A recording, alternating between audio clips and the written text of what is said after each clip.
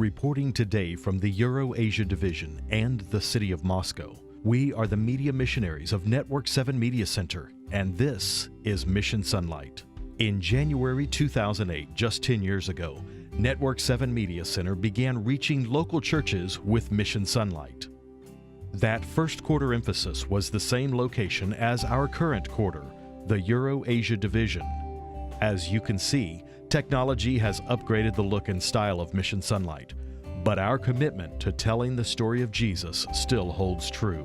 Peter Kulikov joins us for a two-part look at the founding of the Euro-Asia Division by his father and tells some of the history of his family's involvement from those early days until the present in the extra features this quarter.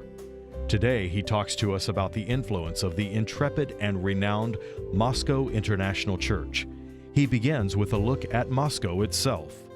The city of Moscow is different from all the other cities because historically it's been the center of the political life, educational life, and business life. And Moscow is a country in the country. It has its own spirit.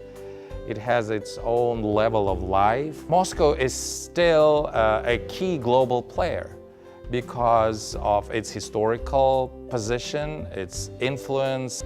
Moscow is a center of the political and business and financial and cultural life for massive territory of Russia. Moscow is still that center for all those parts of the former Soviet Union.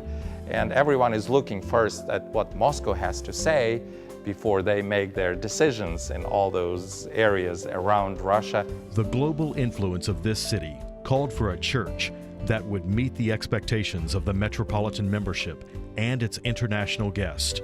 It called for a church that understood its mission to one of the world's biggest cities. The idea was amazing. The idea was just brilliant. Moscow in itself is a country, I would say, in the country. It's so different from the rest of Russia. There are so many foreigners that come to Moscow every year. So something needed to be done to enhance the work of our church in Moscow. And that's how the idea was born. That's how it started. Lots of visitors come there because that's something not typical for Moscow. Especially if you take into consideration the Russian Orthodox Church, they are protecting the Slavic tradition. Moscow International Church, a Seventh-day Adventist church, on the opposite, is very bold in its ministry. It's open to all those new ideas and concepts. And the Moscow International Church was an active ingredient in proclaiming the gospel, helping people see what God's message is for our day and our time.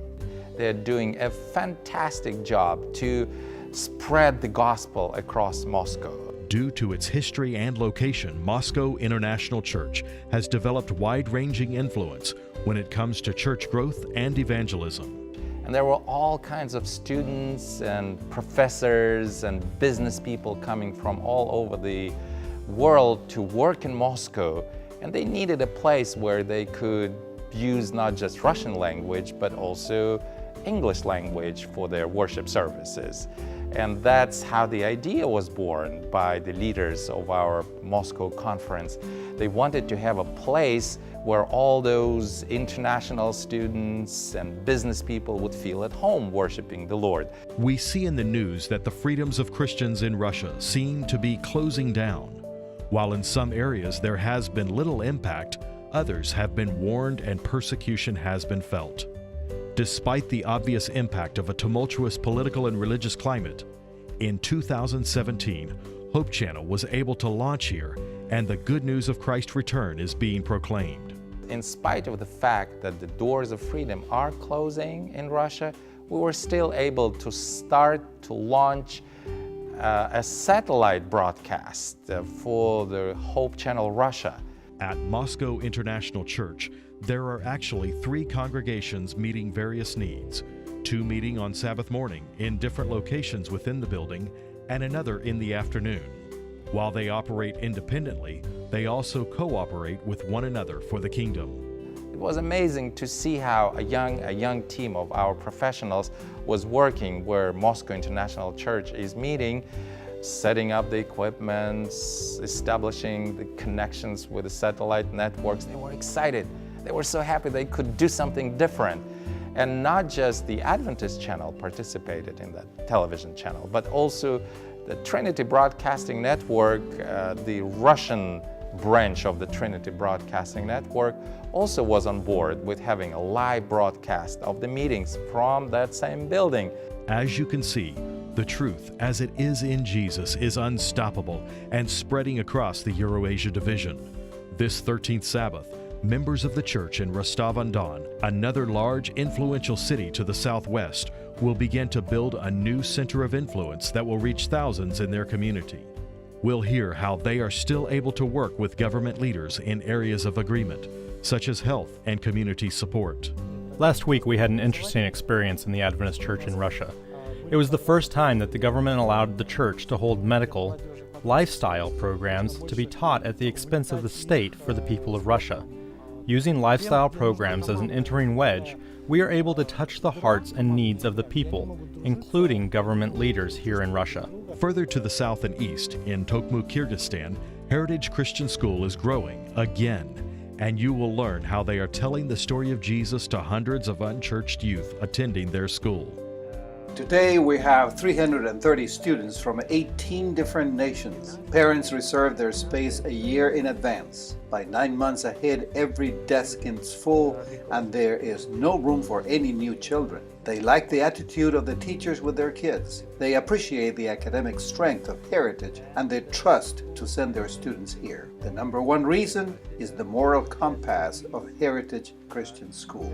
I'd like to thank the worldwide Seventh-day Adventist Church for giving generously. Your giving shows the members in Russia and Kyrgyzstan and across this division they are not alone. The doors of freedom are closing, but they know, they are reassured by our support that the worldwide church is standing behind them, that the worldwide church is praying for them, and that the worldwide church is supporting their mission, their ministry, and their projects. Remember that the 13th Sabbath offering is a statement of global togetherness for the Seventh-day Adventist Church.